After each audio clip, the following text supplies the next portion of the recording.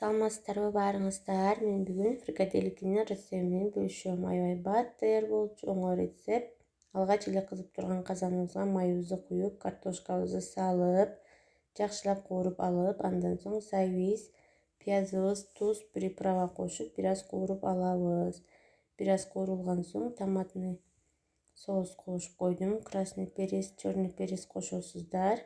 Баарын каалооңуздарга карап, видео канчабыздар ошого карап жасай бересиздер. Баарын жакшылап кошуп алып, бир аз кууруп, сууну куюп, кайнап чыккан соң пасокко коебуз. Андан соң начинкабызды даярдап алабыз. Фаршыбызга күрүчүбүздү, пиязыбызды, приправа, туз, бир жумурка кошуп, жакшылап аралаштырып, уруп бир массага келтирип алабыз. Андан соң форма жасап алабыз.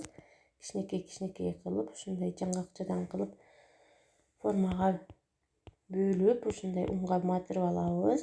Андан соң шорпобуз дагы даяр болуп, дамыга кирип, сонун болуп кайнап чыкты. Ушуга баарын бийик өткө коюп, салып алабыз. 20-25 мүнөткө кайнатабыз. Аябай бат, сонун болуп чыкты.